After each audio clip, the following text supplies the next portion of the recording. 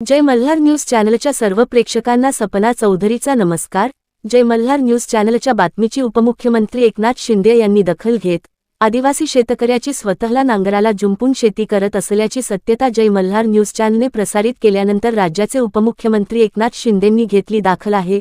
उपमुख्यमंत्री एकनाथ शिंदे यांच्या आदेशाने आदिवासी शेतकऱ्याला मृत बैलाचा बदल्यात मिळाला जिवंत बैल।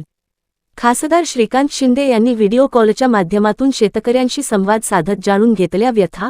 शिंदेंच्या आदेशाने विधान परिषदेचे आमदार चंद्रकांत रघुवंशी यांनी जिल्हाप्रमुख यांना तातडीने बैल खरेदी करत शेतकऱ्याला प्रदान केला। खुद्द राज्याचे उपमुख्यमंत्री एकनाथ शिंदेंनी बैल दिल्याने शेतकऱ्याच्या डोळ्यात आनंदाश्रू तरले।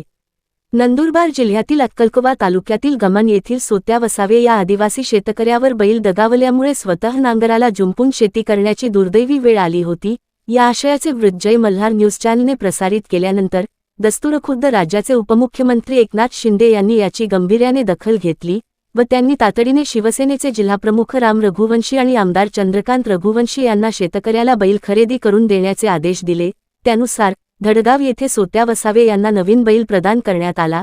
यावेळी खासदार श्रीकांत शिंदे यांनी व्हिडिओ कॉलद्वारे शेतकऱ्याशी संवाद साधून त्याच्या अडचणी जाणून घेतल्या आणि पुढील आवश्यक त्या मदतीचे आश्वासन दिले। या मदतीबद्दल शेतकऱ्याने उपमुख्यमंत्र्यांचे आभार व्यक्त केले।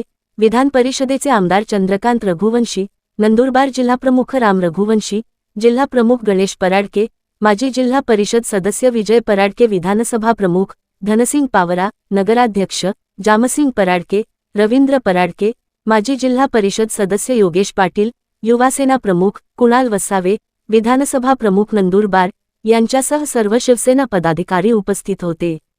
सपना चौधरी, जय मल्हार न्यूज, नंदुरबार।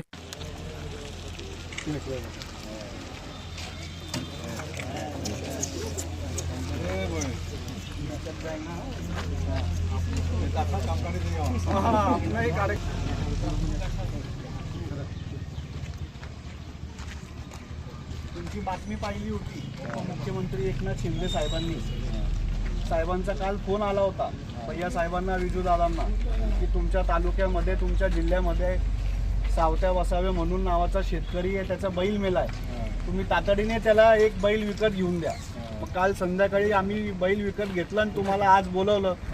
हे राज्याचे उपमुख्यमंत्री आपले नेते, आमचे नेते एकनाथ शिंदे साहेबांकडून आपल्याला बैल देण्यात येत आहे। साहेब मंत्रालयात कॅबिनेट मीटिंगला आहे। साहेबांचे चिरंजीव खासदार डॉक्टर श्रीकांत शिंदे साहेब आपल्याशी बोलतील आता फोनवर। शेतकरी होता, त्याचा बैल वारला होता, तर साहेबांनी त्याला तातडीने बैल घेऊन द्यायला सांगितलं होतं। तर आम्ही सगळेजण इथं आलोय धडगावला, त्या शेतकऱ्याला बी बैल विकत घेऊन दिलंय। त्याच्याशी एक मिनिट बोलून घ्या साहेब। खासदार डॉक्टर श्रीकांत शिंदे साहेब, राम राम राम राम राम साहेब,